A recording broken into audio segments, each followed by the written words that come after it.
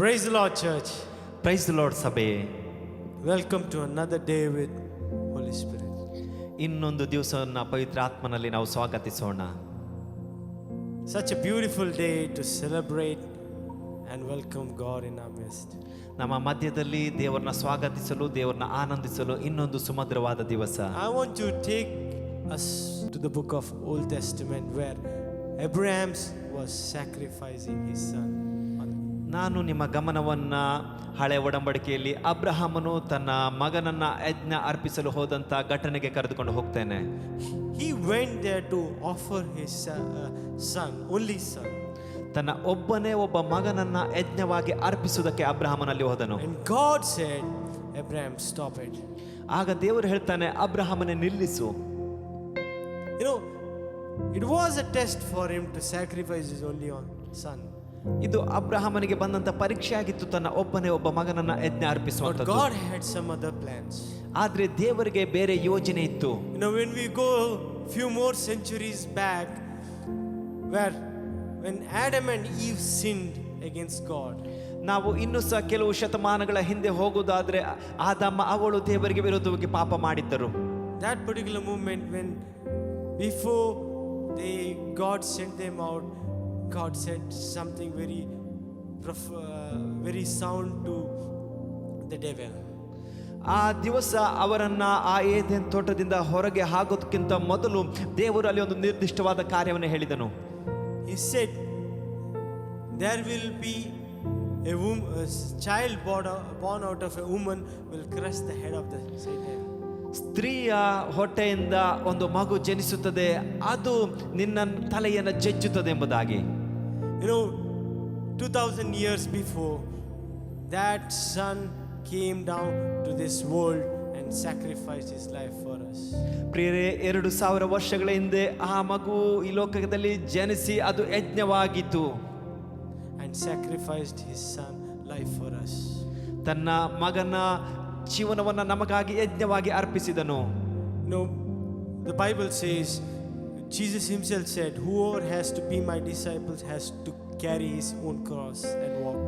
ಸತ್ಯವೇದ ಹೇಳುತ್ತದೆ, ಯೇಸು ಸ್ವಾಮಿ ಹೇಳಿದನು, ಯಾರೆಲ್ಲ ನನ್ನನ್ನು ಹಿಂಬಾಲಿಸಬೇಕೋ ತಮ್ಮ ಸ್ವಂತ ಶಿಲುಬೆಯನ್ನು ಹೊತ್ತುಕೊಂಡು ನನ್ನನ್ನು ಹಿಂಬಾಲಿಸಿರಿ ಎಂಬುದಾಗಿ.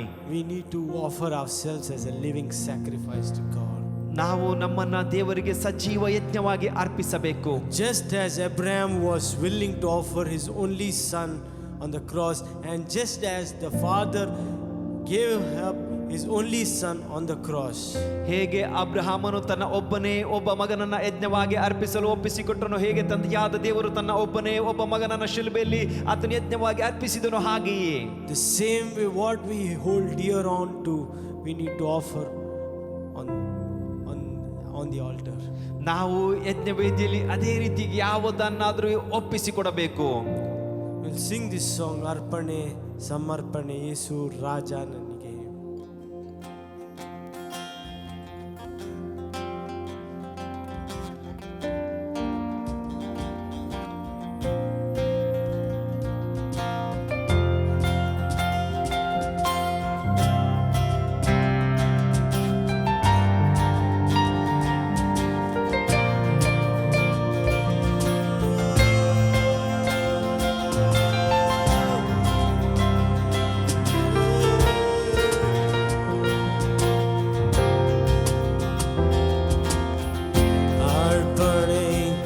ಸಮರ್ಪಣೆ ಯೇಸು ರಾಜ ನಿನಗೆ, ಅರ್ಪಣೆ ಸಮರ್ಪಣೆ ಯೇಸು ರಾಜ ನಿನಗೆ.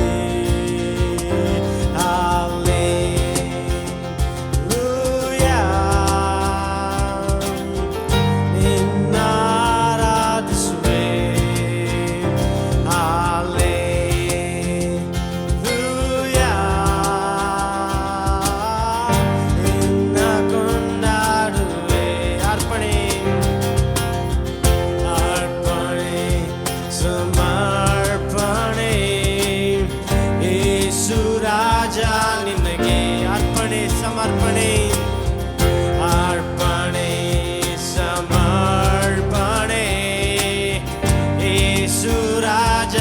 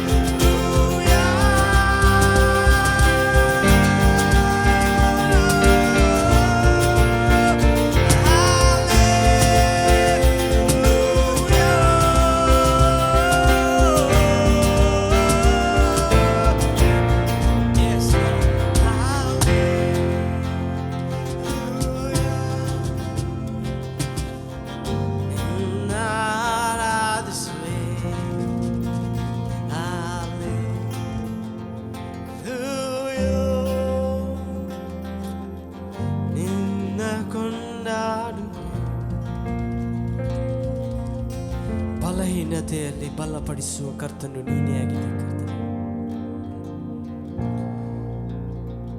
ನನ್ನ ಪ್ರೀತಿಯ ತಂದೆ ನೀನೇ.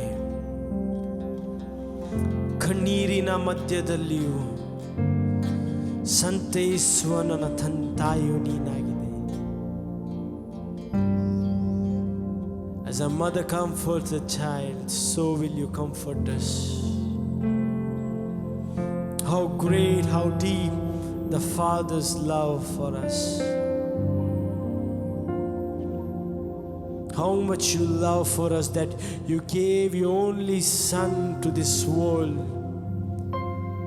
so that I can be set free from all the bondages and have a relationship with you. ತಂದೆಯೇ, ನೀನು ನಮ್ಮನ್ನ ಎಷ್ಟು ಹೆಚ್ಚಾಗಿ ಪ್ರೀತಿ ಮಾಡಿ ನಿನ್ನ ಒಬ್ಬನೇ ಮಗನನ್ನ ಕೊಟ್ಟು ನಿನ್ನೊಂದಿಗೆ ಸಂಬಂಧವನ್ನ ಕಟ್ಟಿಕೊಳ್ಳುವ ಹಾಗೆ ಮಾಡಿದ್ದೀಯಾ. How much you love us, Lord.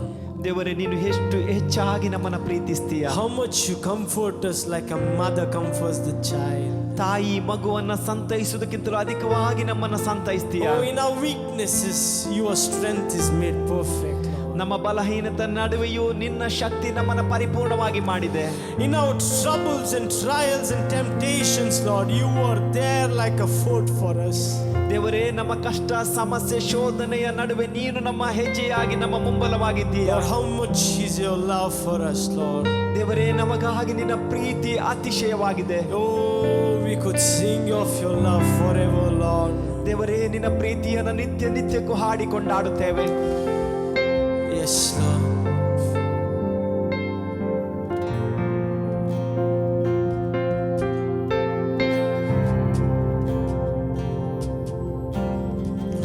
Over the mountains and the seas, your river runs still love for me, and I will open up my heart and let the healer set me free.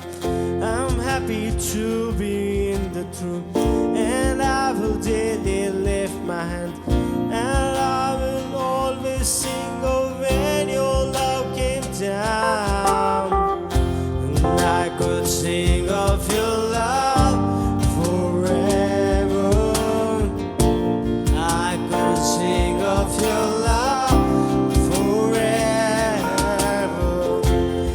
I could sing of your love forever. I could sing of your love forever. I could sing of your love forever. I could sing of your love forever. I could sing of your love forever. I could sing of your love.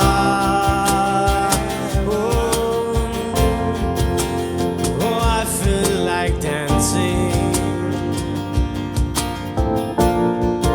It's foolishness, I know.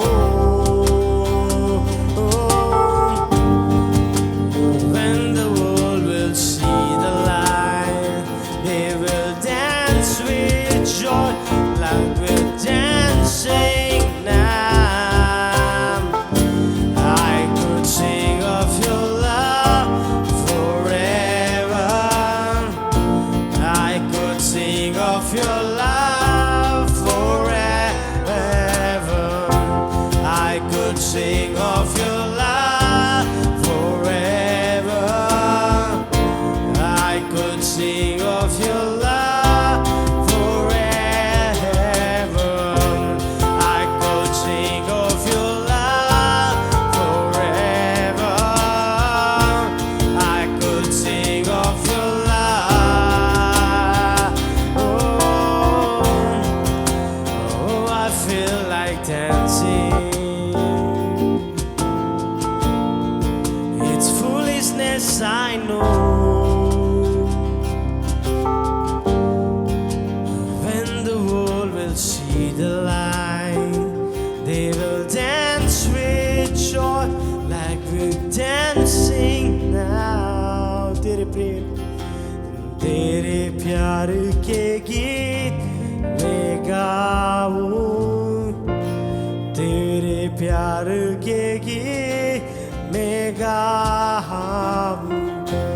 तेरे प्यार के गीत मैं गाऊं, तेरे प्यार के गीत मैं गाऊं, तेरे प्यार के गीत मैं गाऊं, तेरे प्यार के गीत मैं गाऊं, तेरे प्यार के गीत मैं गाऊं, तेरे प्यार के गीत मैं गाऊं, तेरे प्यार के गीत मैं गाऊं, तेरे प्यार के गीत। Oh yes Lord, oh तेरे प्यार के गीत मैं गाऊं Lord, oh यीशु,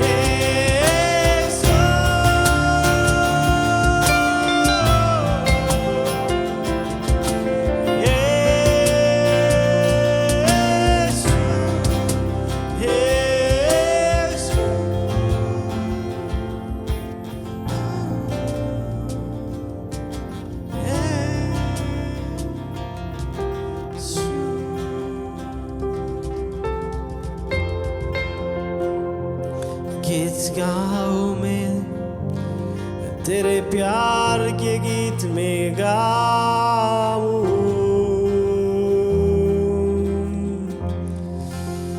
तेरे प्यार के गीत में गाऊं।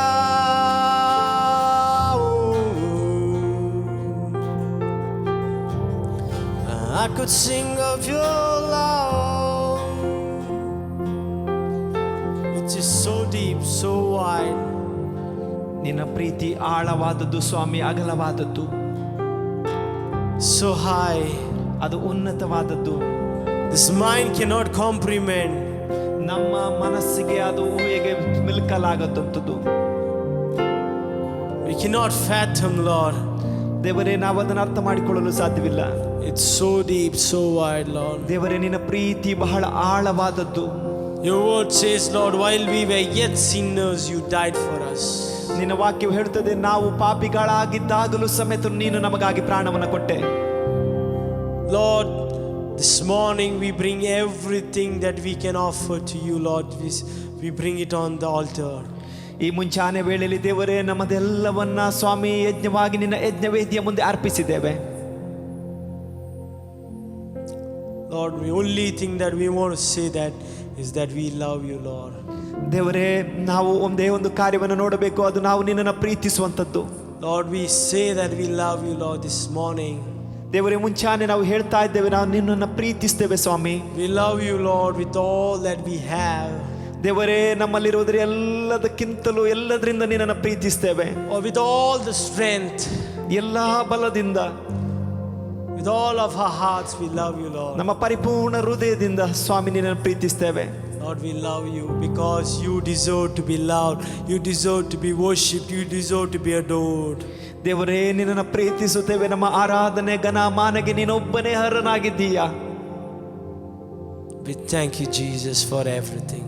ದೇವರೇ, ನಿನಗೆ ವಂದನೆಗಳು ಯೇಸುವೆ. Let our worship be a pleasing aroma to you. ದೇವರೇ, ನಮ್ಮ ಆರಾಧನೆಯು ಸ್ವಾಮಿ ನಿನಗೆ ಸುವಾಸನೆಯನ್ನು ಉಂಟು ಮಾಡುವ ಸ್ವಾಮಿ ಯಜ್ಞವಾಗಲಿ. We give you all the glory and honor. ಎಲ್ಲ ಘನಮಾನ ಮಹಿಮೆ ನಿನಗೆ. In Jesus' name. ಯೇಸುವಿನ ನಾಮದಲ್ಲಿ. Amen. Amen. Praise the Lord. Praise the lord. The Lord is so good to us. ದೇವರು ನಮಗೆ ಒಳ್ಳೆಯವನಾಗಿದ್ದಾನೆ. We have been experiencing His grace and mercy every day in our life. ನಮ್ಮ ಜೀವಿತದ ಪ್ರತಿನಿತ್ಯದ ಜೀವಿತದಲ್ಲಿ ಆತನ ಕೃಪೆಯನ್ನ, ಕರುಣೆಯನ್ನ ನಾವು ಅನುಭವಿಸ್ತಾ ಇದ್ದೇವೆ. No, in the most exciting and challenging days of these days. ಈ ದಿನಮಾನಗಳು ಬಹಳಷ್ಟು ಕಠಿಣ, ಬಹಳ ಸವಾಲಿನ ದಿನಗಳು. But at the same time that we are experiencing the grace of God in our life day by day. ಆದ್ರೆ ಇಂತಹ ಪರಿಸ್ಥಿತಿಯಲ್ಲಿ ಪ್ರತಿನಿತ್ಯ ನಾವು ದೇವರ ಕೃಪೆಯನ್ನ ಅನುಭವಿಸ್ತಾ ಇದ್ದೇವೆ. Thank God that God has given us an opportunity to worship Him online. ಈ ಒಂದು ಆನ್ಲೈನ್ ಮೂಲಕವಾಗಿ ದೇವರು ತನ್ನನ್ನು ಆರಾಧಿಸುವ ಒಂದು ಸದಾವಕಾಶ ಮಾಡಿದಕ್ಕಾಗಿ ದೇವರಿಗೆ ಸ್ತೋತ್ರ. Once again we want to appreciate Brother Prashant and the team of Big J. ಇನ್ನೊಮ್ಮೆ ನಾವು ಸಹೋದರ ಪ್ರಶಾಂತ್ ಹಾಗೂ ಬಿಗ್ ಜೆ ತಂಡವನ್ನ, ಬಿಗ್ ಜೆ ಟೀಮ್ ಅನ್ನ ನಾವು ಅವರ ಬಗ್ಗೆ ಸಂತೋಷ ಪಡ್ತೇವೆ. Let us continue to pray for this ministry, that God may take this ministry into a higher realm in the days to come.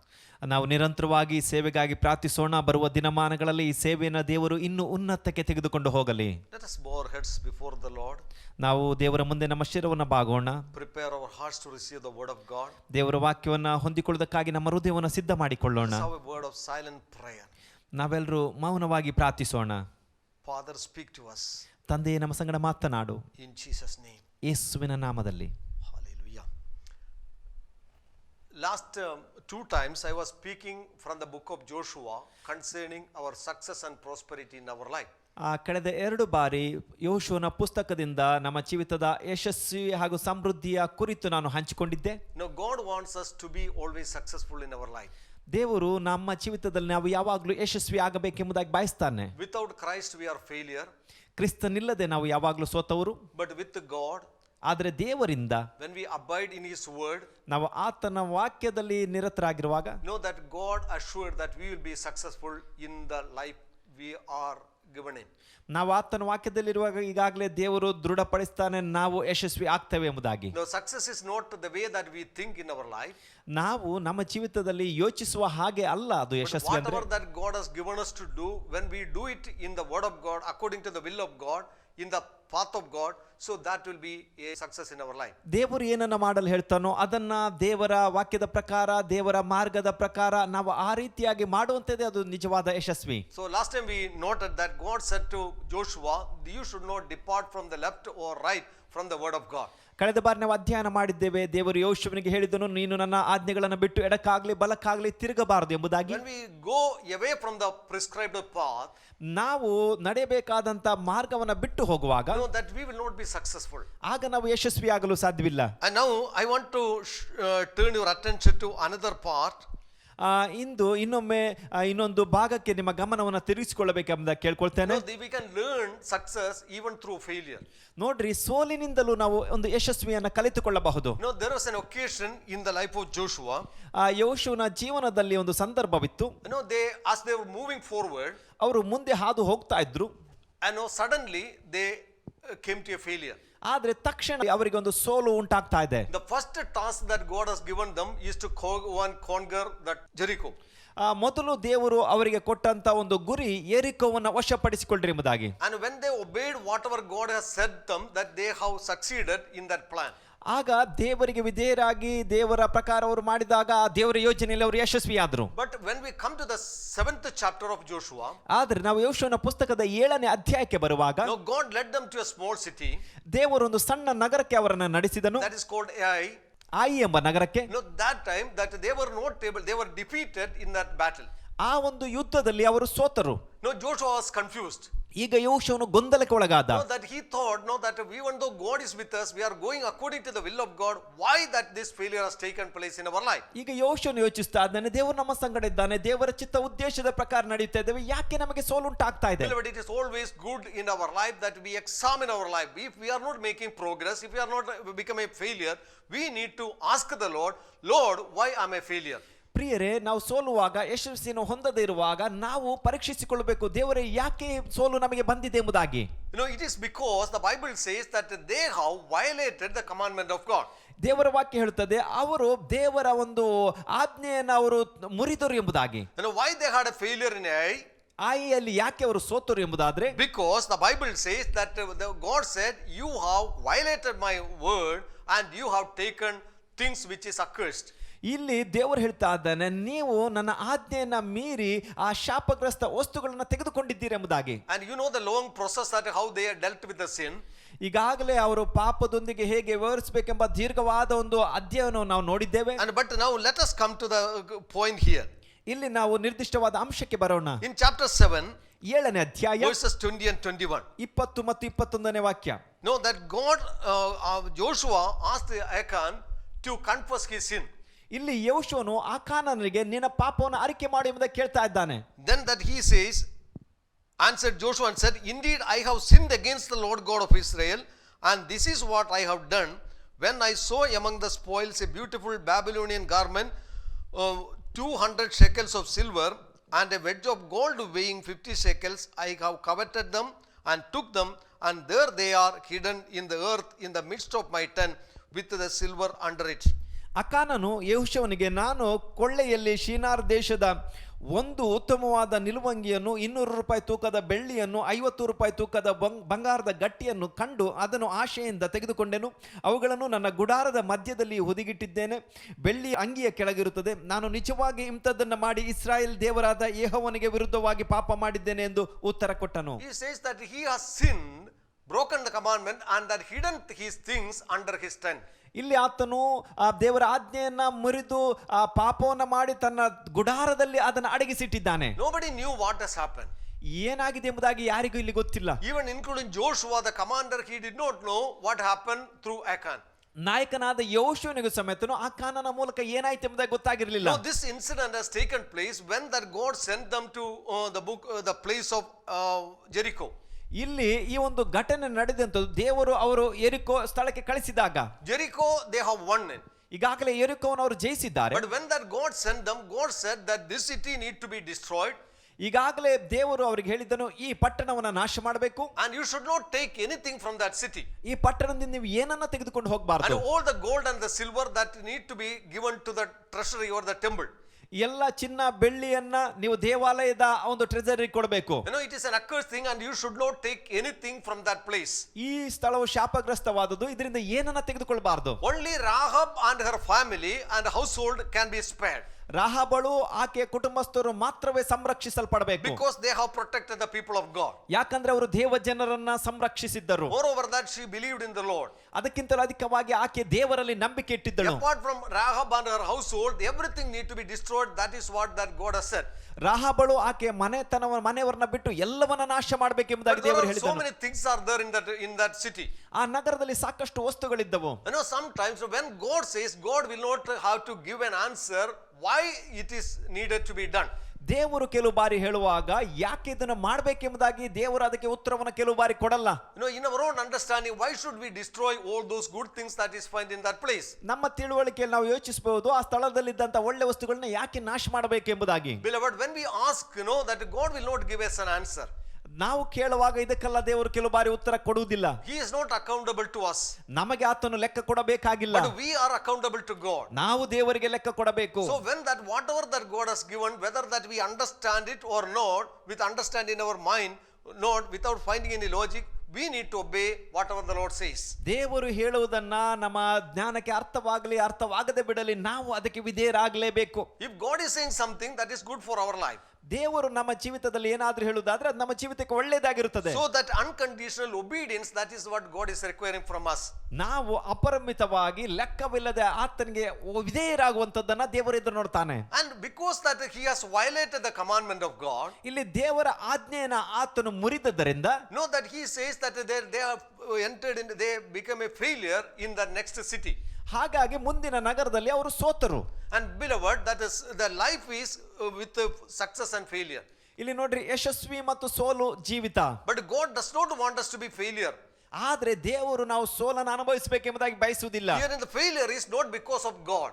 ಇಲ್ಲಿ ನೋಡ್ರಿ, ಸೋಲು ಬಂದದ್ದು ದೇವರ ನಿಮಿತ್ತವಲ್ಲ, but because that they have failed to obey what God has said. ದೇವರು ಏನನ್ನ ಹೇಳಿದನೋ ಅದನ್ನ ಮಾಡೋದಕ್ಕೆ ಅವರು ಅವಿಧೇಯರಾಗದ ನಿಮಿತ್ತ. He said that he has violated the instruction given by God. ದೇವರಿಂದ ಕೊಟ್ಟಂತ ಮಾರ್ಗದರ್ಶನ ಅವರು ಮುರಿದರು. and that he saw good things in that land.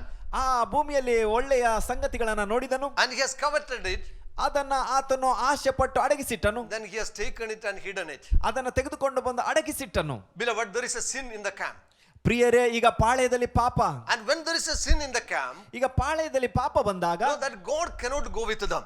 ದೇವರವರ ಸಂಗಡ ಹೋಗಲು ಆಗುವುದಿಲ್ಲ. in chapter 7 verse 12 says, 7ನೇ ಅಧ್ಯಾಯ 12ನೇ ವಾಕ್ಯ ಹೇಳುತ್ತದೆ, God says, ಆದುದರಿಂದ ದೇವರು ಹೇಳ್ತಾನೆ, you cannot stand before your enemy. ನೀವು ಈಗ ನಿಮ್ಮ ವಿರೋಧಿಯ ಮುಂದೆ ನಿಲ್ಲಲು ಆಗುವುದಿಲ್ಲ. Says you cannot stand before your enemy in this battle. ನೋಡ್ರಿ, ಈ ಯುದ್ಧದಲ್ಲೇ ನಿಮ್ಮ ವಿರೋಧಿಯ ಮುಂದೆ ನಿಮಗೆ ನಿಲ್ಲಕ್ಕಾಗಲ್ಲ. Beloved, the sin is a weapon of the enemy.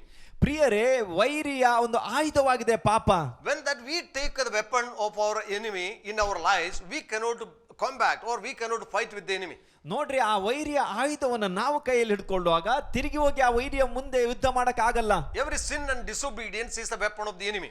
ಎಲ್ಲ ಪಾಪ, ಎಲ್ಲ ಅವಿಧೇಯತೆ ಅದು ವೈರಿಯ ಆಯುಧ.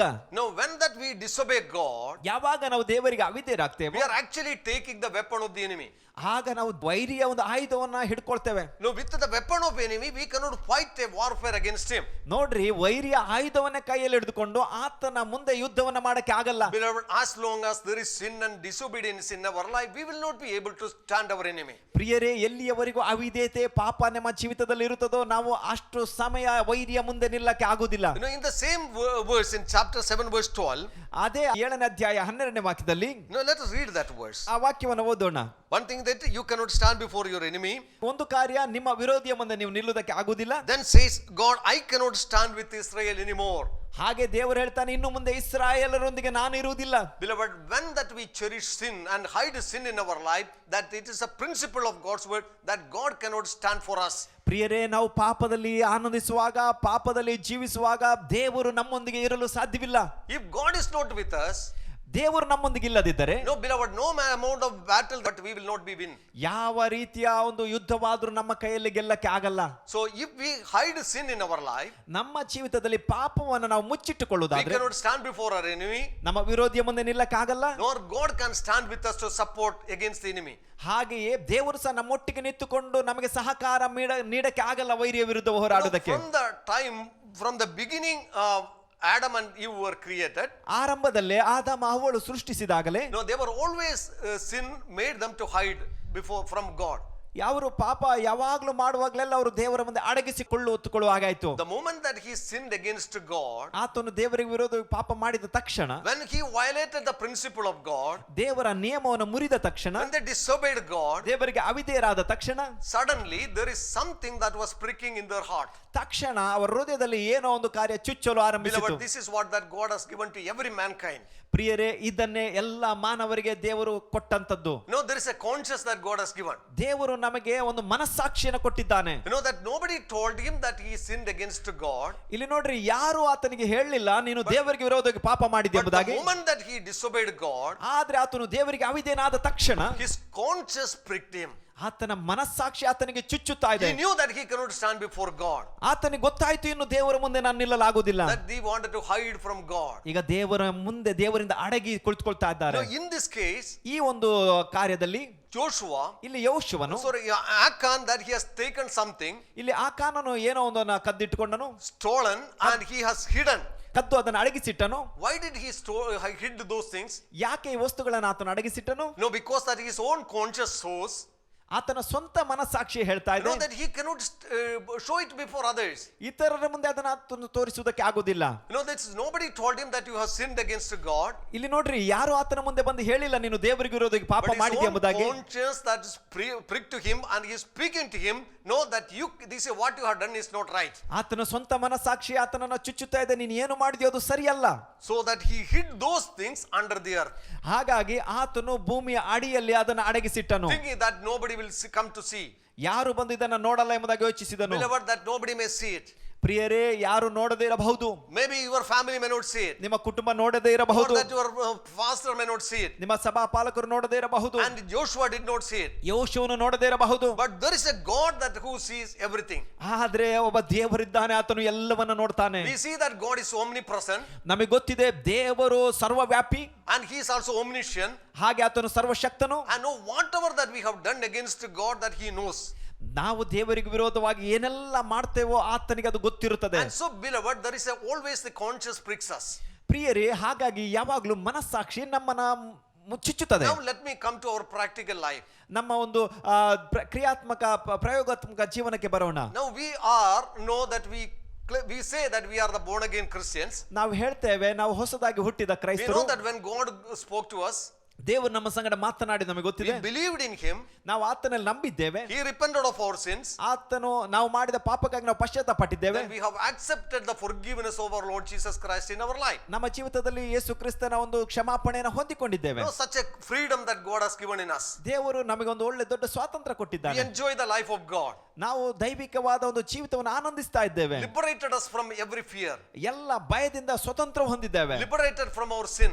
ಪಾಪದಿಂದ ಬಿಡುಗಡೆ ಹೊಂದಿದ್ದೇವೆ. And we are enjoying the Christian life. ಕ್ರೈಸ್ತಿಯ ಜೀವಿತದಲ್ಲಿ ಆನಂದಿಸ್ತಾ ಇದ್ದೇವೆ. And but beloved, but there are times that we need to be searching our hearts. ಆದರೆ ಪ್ರಿಯರೇ, ನಮ್ಮ ಜೀವಿತದಲ್ಲಿ ಕೆಲವು ಭಾಗದಲ್ಲಿ ನಮ್ಮ ಹೃದಯವನ್ನು ಪರೀಕ್ಷಿಸಿಕೊಳ್ಳಬೇಕು. And when that we fall into sin, ನಾವು ಪಾಪದಲ್ಲಿ ಬಿದ್ದಾಗ now how are we going to handle it?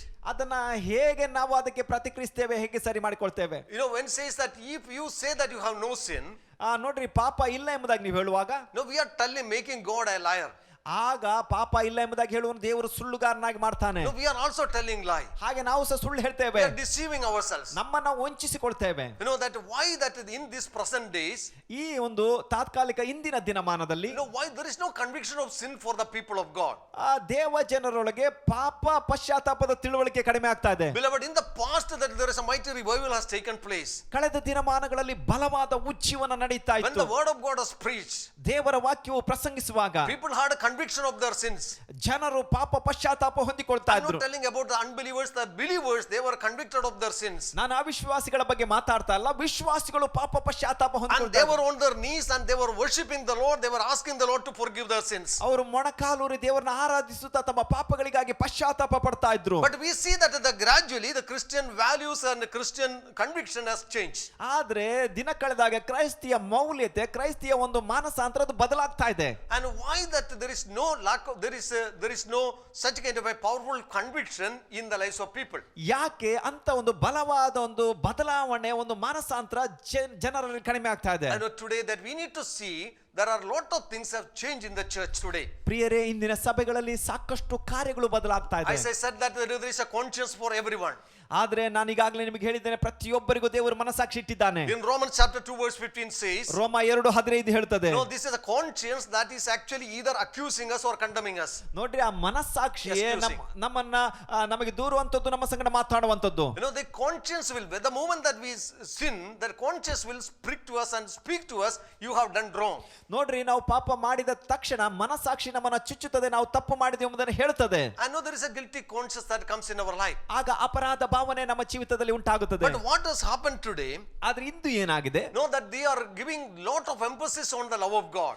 ದೇವರ ಪ್ರೀತಿಯ ಬಗ್ಗೆ ಅಧಿಕವಾದ ಒಂದು ಮಾತನಾಡ್ತಾ ಇದ್ದಾರೆ. You know that we need to understand the love of God in its actuality. ಆ ದೇವರ ಪ್ರೀತಿಯ ಬಗ್ಗೆ ನಾವು ಅರ್ಥ ಮಾಡಿಕೊಳ್ಳಬೇಕು. You know, we say that God is love. ಹೌದು, ದೇವರು ಪ್ರೀತಿ ಸ್ವರೂಪನು. Know that we understand the love of God in our own thinking. ನಮ್ಮ ಸ್ವಂತ ಯೋಚನೆಯಲ್ಲಿ ದೇವರ ಪ್ರೀತಿ ನಾವು ಅರ್ಥ ಮಾಡಿಕೊಳ್ತೇವೆ. There are many people argue with us.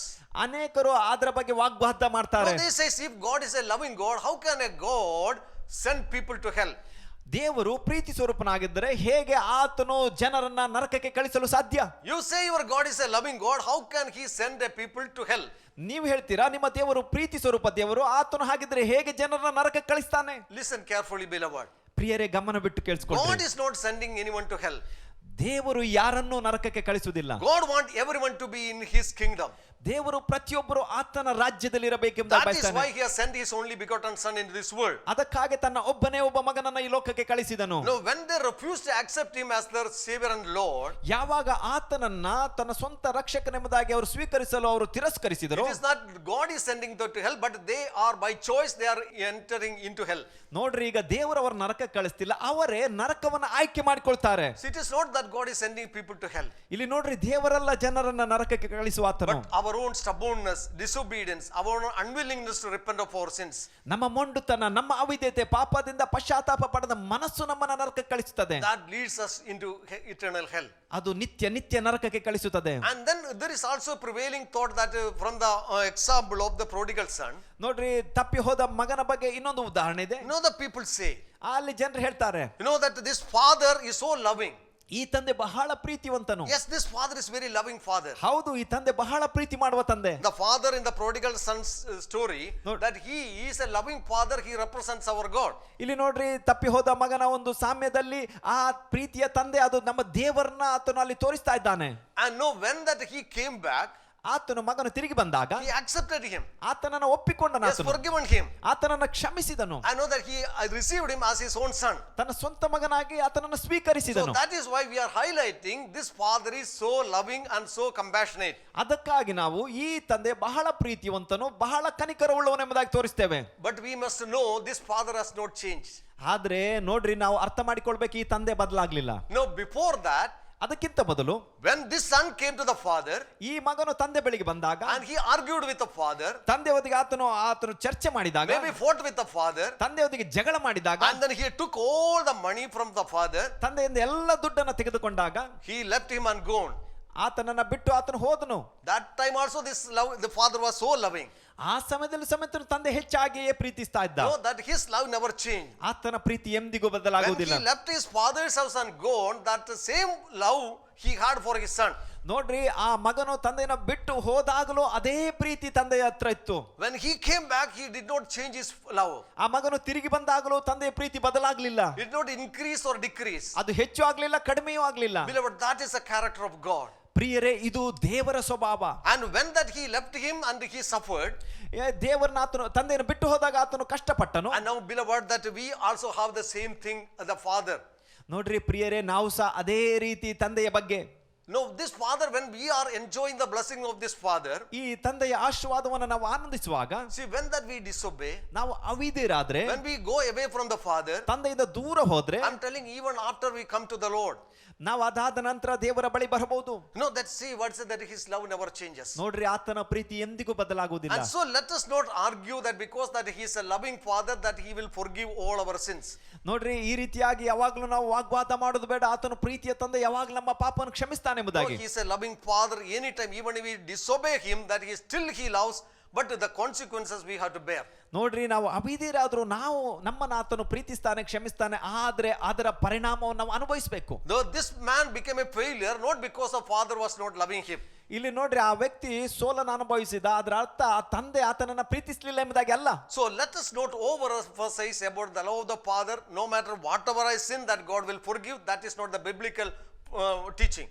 ನೋಡ್ರಿ, ದೇವರು ನಾವು ಏನು ಮಾಡಿದ್ರು ನಮ್ಮನ್ನ ಕ್ಷಮಿಸ್ತಾನೆ, ನಮ್ಮನ್ನ ಪ್ರೀತಿಸ್ತಾನೆ ಎಂಬುದಾಗಿ ಕೇವಲ ಪ್ರೀತಿಯನ್ನೇ ಅಧಿಕವಾಗಿ ಹೇಳುವಂಥದ್ದು ಸತ್ಯವೇದ ಆಧಾರಿತವಲ್ಲ.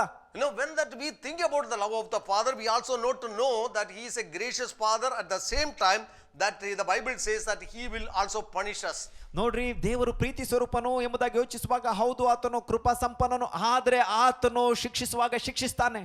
Then the second thing that what we emphasize is about one thing that even every day that we come, we read it, we hear it through the Facebook and through YouTube, and different channel is open to see the people are speaking against the law of God. ಇಲ್ಲಿ ನೋಡ್ರಿ, ನಾವು ಪ್ರತಿನಿತ್ಯ ಸಾಮಾಜಿಕ ಜಾಲತಾಣ, Facebook, YouTube ನಲ್ಲಿ ದೇವರ ಒಂದು ನಿಯಮಕ್ಕೆ ವಿರೋಧವಾಗಿ ಜನರು ಮಾತನಾಡ್ತಾ ನಾವು ಕಾಣ್ತೇವೆ.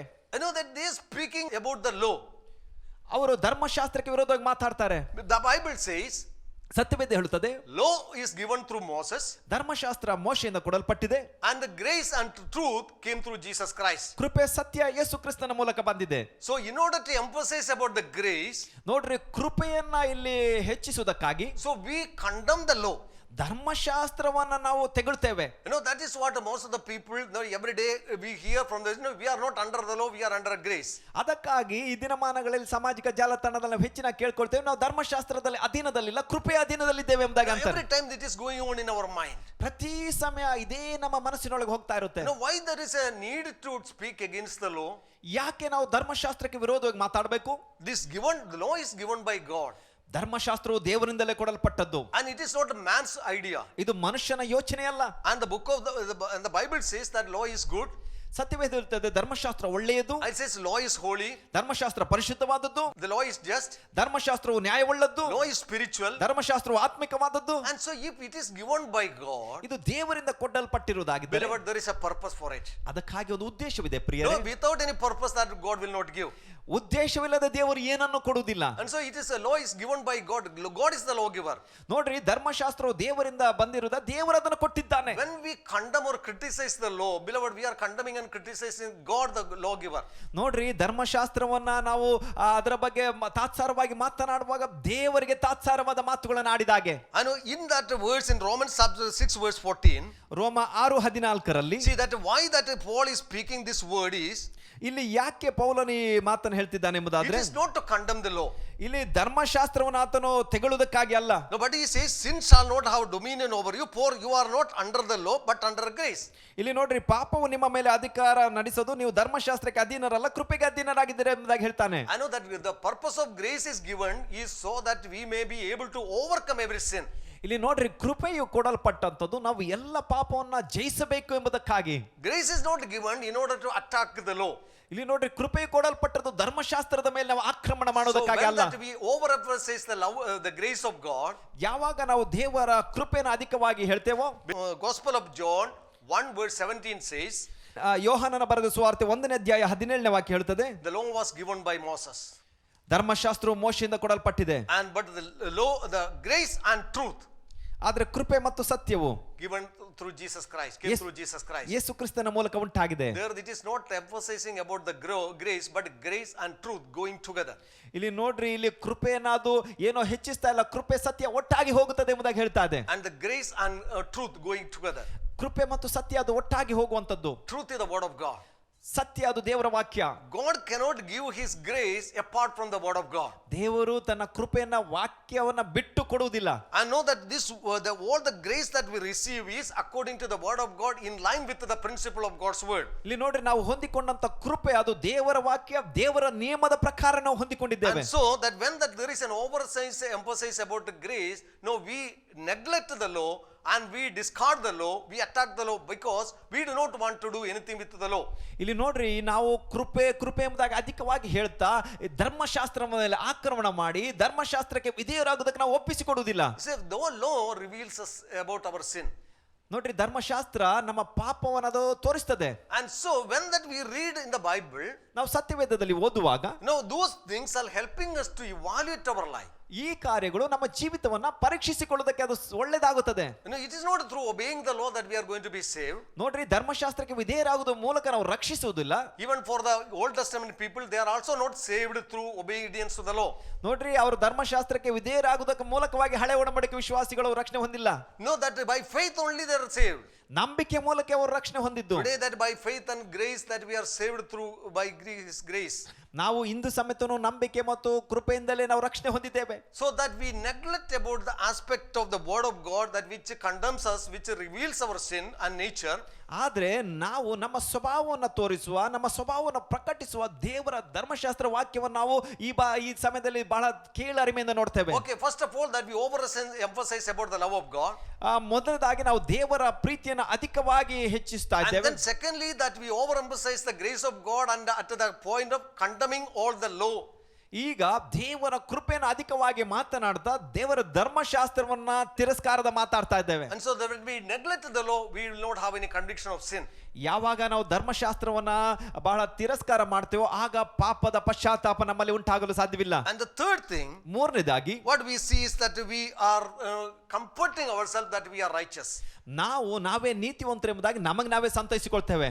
It is true that through Jesus Christ, ಹೌದು, ಇದು ಸತ್ಯ. ಯೇಸು ಕ್ರಿಸ್ತನ ಮೂಲಕ when we believe in him, ಆತನಲ್ಲಿ ನಾವು ನಂಬಿಕೆ ಇಟ್ಟಾಗ know that he become our righteousness. ಆತನೇ ನಮ್ಮ ನೀತಿವಂತಿಕೆಯಾದನು. And know that we through our self righteousness we cannot stand before God. ನಮ್ಮ ಸ್ವಂತ ನೀತಿವಂತಿಕೆಯಿಂದ ದೇವರ ಮುಂದೆ ನಾವು ನಿಲ್ಲಲು ಸಾಧ್ಯವಿಲ್ಲ. Know that in the time past that we were trying to attempt the righteousness of God. ದಿನ ಕಳೆದ ಹಾಗೆ ದೇವರ ನೀತಿಯಲ್ಲಿ ನಾವು ಹೊಂದಿಕೊಳ್ಳಲು ಮುಂದೆ ಹೋಗ್ತೇವೆ. But the Bible says that a man suffered cannot bring the justice of God. ಆದ್ರೆ ಸತ್ಯವೇದ ಹೇಳ್ತದೆ ಮನುಷ್ಯನ ಕಷ್ಟ ಅದು ಆತನಿಗೆ ಯಾವುದೇ ನೀತಿವಂತಿಕೆಯನ್ನು ಕೊಡುವುದಿಲ್ಲ ಎಂಬುದಾಗಿ. That is the reason ಅದರ ಕಾರಣವೇನೆಂದ್ರೆ Jesus Christ had come into this world. ಯೇಸು ಕ್ರಿಸ್ತನು ಲೋಕಕ್ಕೆ ಬರಬೇಕಾಗಿತ್ತು. And he became our perfect sacrifice. ಆತನೇ ನಮ್ಮ ಪರಿಪೂರ್ಣ ಯಜ್ಞವಾದನು. And through his blood ಆತನ ರಕ್ತದ ಮೂಲಕ God has redeemed us. ದೇವರು ನಮ್ಮನ್ನ ಬಿಡುಗಡೆ ಮಾಡಿದನು. And his righteousness has been given to us or imparted to us. ಆತನ ನೀತಿವಂತಿಕೆ ನಮಗೆ Imputed to us. ಆತನ ನೀತಿವಂತಿಕೆ ನಮಗೆ ಕೊಡಲ್ಪಟ್ಟಿತು, ನಮ್ಮಲ್ಲಿ ತುಂಬಿಸಲ್ಪಟ್ಟಿತು. It is not because of our righteousness that we can stand before God. ಹಾಗಾಗಿ ನಮ್ಮ ನೀತಿವಂತಿಕೆಯಿಂದ ನಾವು ದೇವರ ಮುಂದೆ ನಿಲ್ಲಲು ಸಾಧ್ಯವಿಲ್ಲ. When Adam and Eve sinned against God, ಆದಮ ಅವಳು ದೇವರಿಗೆ ವಿರೋಧವಾಗಿ ಪಾಪ ಮಾಡಿದಾಗ they covered themselves with garments with the leaves.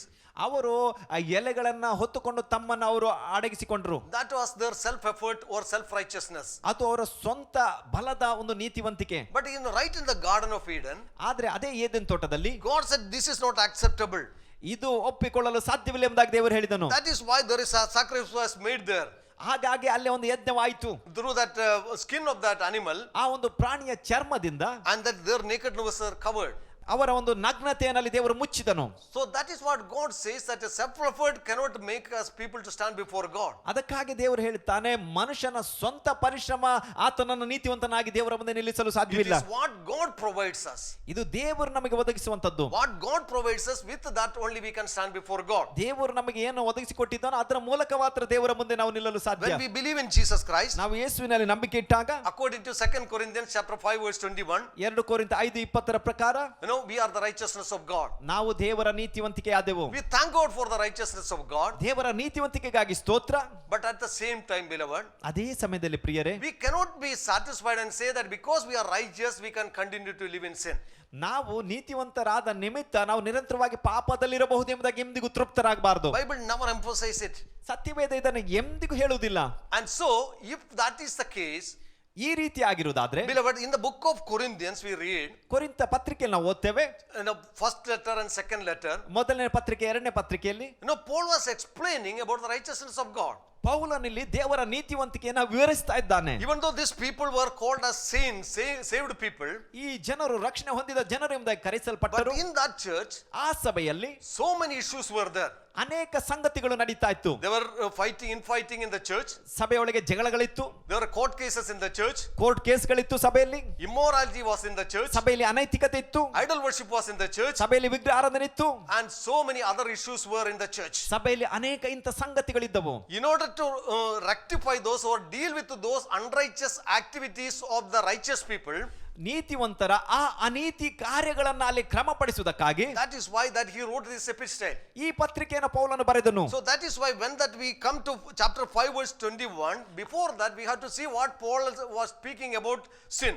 ಇಲ್ಲಿ ನೋಡ್ರಿ, ನಾವು 5ನೇ ಅಧ್ಯಾಯ 21ನೇ ವಾಕ್ಯಕ್ಕೆ ಬರೋದಕ್ಕಿಂತ ಮೊದಲು ಪೌಲನಿಗಾಗಲೇ ಪಾಪದ ಕಾರ್ಯ ಏನೆಲ್ಲ ಬರೀತದನ್ನು ನೋಡ್ಬೇಕು. He called them as saints. ಅವ್ರನ್ನ ಭಕ್ತರು ಎಂಬುದಾಗಿ ಕರೆದನು. And but at the same time that he was not approving their actions. ಆದರೆ ಅವರ ಕ್ರಿಯೆಗಳನ್ನು ಆತನು ಒಪ್ಪಿಕೊಳ್ತಾ ಇಲ್ಲ. And in chapter 5 verse 21 he says that we are the righteousness of God. ಅವರು ಆ 5ನೇ ಅಧ್ಯಾಯ 21ನೇ ವಾಕ್ಯದಲ್ಲಿ ನಾವು ದೇವರ ನೀತಿವಂತರಾಗಿದ್ದೇವೆ ಎಂಬುದಾಗಿ ಹೇಳ್ತಾರೆ. My beloved, if you go on reading the next chapter, ಪ್ರಿಯರೇ, ನೀವು ಹೋಗಿ ಮುಂದಿನ ಅಧ್ಯಾಯವನ್ನು ಓದುವುದಾದ್ರೆ, chapter 6, that he is dealing with several issues in sin. 6ನೇ ಅಧ್ಯಾಯದಲ್ಲಿ ಪಾಪದ ಅನೇಕ ಸಂಗತಿಗಳ ಬಗ್ಗೆ ಆತನಲ್ಲಿ ಹೇಳ್ತಾ ಇದ್ದಾನೆ. But in chapter 7 verse 1 he says, 7ನೇ ಅಧ್ಯಾಯ 1ನೇ ವಾಕ್ಯದಲ್ಲಿ ಅಲ್ಲಿ ಪೌಲನು ಹೇಳ್ತಾನೆ, what he says after says that you are righteousness of God, ನೀವು ದೇವರ ನೀತಿವಂತರಾಗಿದ್ದೀರಿ ಎಂಬುದಾಗಿ ಹೇಳಿದ್ರು. and then there chapter 7 verse 1 he says, 7ನೇ ಅಧ್ಯಾಯ 1ನೇ ವಾಕ್ಯದಲ್ಲಿ ಆತನು ಹೇಳ್ತಾನೆ, but is therefore having these promises, beloved, let us cleanse ourselves from all filthiness of flesh and spirit, perfecting holiness in the fear of God. ಪ್ರಿಯರೇ, ದೇವರ ಭಯದಲ್ಲಿ ನಮ್ಮ ಎಲ್ಲ ಅನೀತಿಯನ್ನ ತೊಳೆದುಕೊಂಡು ದೇವರ ರಕ್ತದಿಂದ ನಮ್ಮನ್ನು ಶುದ್ಧ ಮಾಡಿಕೊಳ್ಳೋಣ ಎಂಬುದಾಗಿ ಹೇಳ್ತಾನೆ. After says that we are the righteousness of God, he says now we have these promises, let us cleanse ourselves from every filthiness. ಈಗಾಗಲೇ ನಾವು ದೇವರಲ್ಲಿ ನೀತಿವಂತರು ಎಂಬುದಾಗಿ ಹೇಳಿಕೊಂಡರು. ಈಗ ಪೌಲನು ಹೇಳ್ತಾ ಇದ್ದಾನೆ, ನಾವು ದೇವರ ರಕ್ತದಿಂದ ನಮ್ಮನ್ನು ತೊಳೆದುಕೊಳ್ಳೋಣ ಎಂಬುದಾಗಿ. If chapter 5:21 is the final sanctification or final righteousness, then in chapter 7 he would not have told us, let us cleanse ourselves from our sins.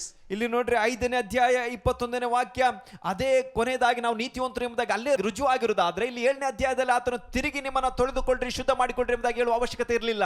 That our cleansing is a progress. ನೋಡ್ರಿ, ನಾವು ಶುದ್ಧ ಮಾಡಿಕೊಳ್ಳುವಂಥದ್ದು, ತೊಳೆದುಕೊಳ್ಳುವಂಥದ್ದು ಅದು ನಿರಂತರವಾಗಿ ನಡೆಯುವಂಥದ್ದು. We have a righteous stand before God, but we need to be continuously living in righteousness, walking in righteousness, confessing all our sins and coming out of our sin. ನಾವು ನಮ್ಮ ನೀತಿವಂತ ದೇವರ ಮುಂದೆ ನಿಲ್ಲುವುದಕ್ಕಾಗಿ ಪ್ರತಿನಿತ್ಯ ನಮ್ಮನ್ನ ತೊಳೆದುಕೊಳ್ಳುತ್ತಾ ಪ್ರತಿ ಹೆಜ್ಜೆಯಲ್ಲಿ ನಮ್ಮನ್ನ ಕಾಪಾಡಿಕೊಳ್ತಾ ಮುಂದೆ ಹೋಗಬೇಕು. Other day that I was hearing that somebody was telling that you confess this word of righteousness 5 times every day, 3 times every day, for 10 days, 20 days you are righteous, then righteousness will come to you. ನಾನು ಕೇಳಿಸ್ಕೊಳ್ತಾ ಇದ್ದೆ, ಕಳೆದ ದಿನಮಾನಗಳಲ್ಲಿ ನೀವು ದಿನಕ್ಕೆ 5 ಬಾರಿ, ದಿನಕ್ಕೆ 10 ಬಾರಿ ನೀತಿವಂತರು ಎಂಬ ಅರಿಕೆಯನ್ನು ಮಾಡ್ತಾ ಇದ್ರೆ ನೀವು ನೀತಿವಂತರ ಆಗ್ತೀರಾ ಎಂಬುದಾಗಿ. Beloved, that when that we sin, our own consciousness pricks us. ಪ್ರಿಯರೇ, ನಾವು ಯಾವಾಗ ಪಾಪ ಮಾಡ್ತೀವೋ ಆಗವೇ ನಮ್ಮ ಮನಸ್ಸಾಕ್ಷಿಯೇ ನಮ್ಮನ್ನು ಚುಚ್ಚುತ್ತಾ ಇರುತ್ತದೆ. We need to deal with that issue. ಮಾಡಿದ ಸಂಗತಿಯೊಂದಿಗೆ ನಾವು ಸರಿ ಮಾಡ್ಕೋಬೇಕು. It is not a very serious thing. ಅದು ಬಹಳ ಗಂಭೀರವಾದ ಕಾರ್ಯವಲ್ಲ. It is not complicated sin. ಅದು ಒಂದು ಗಂಭೀರವಾದ ಪಾಪವಲ್ಲ. And a complicated thing, but we need to confess before God openly and receive cleansing. That settles the issue.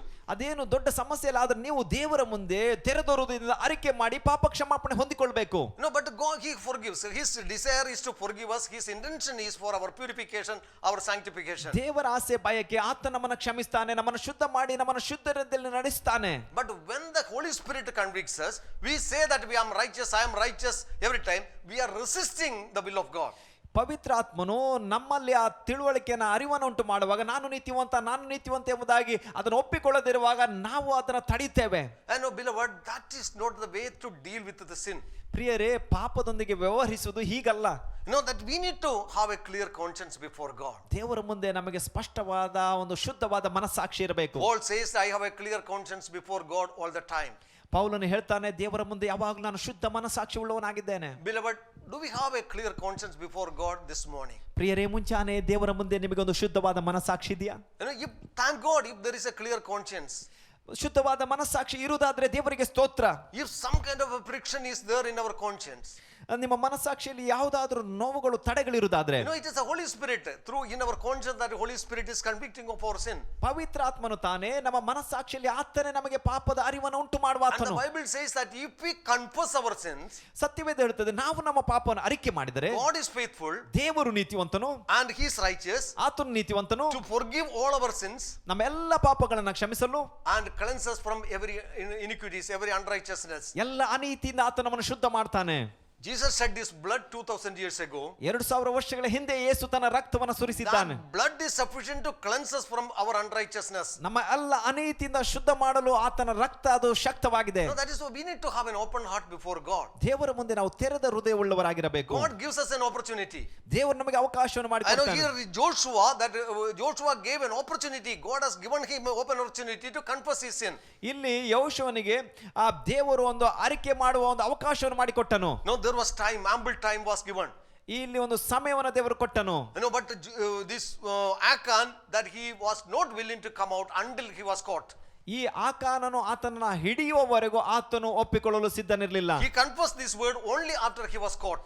ಆತನನ್ನ ಹಿಡಿದ ನಂತರವೇ ಆತನು ಒಪ್ಪಿಕೊಂಡನು. Beloved, that is not a confession. ಪ್ರಿಯರೇ, ಅದು ಒಪ್ಪಿಕೊಳ್ಳುವ ಅರಿಕೆ ಮಾಡೋದಲ್ಲ.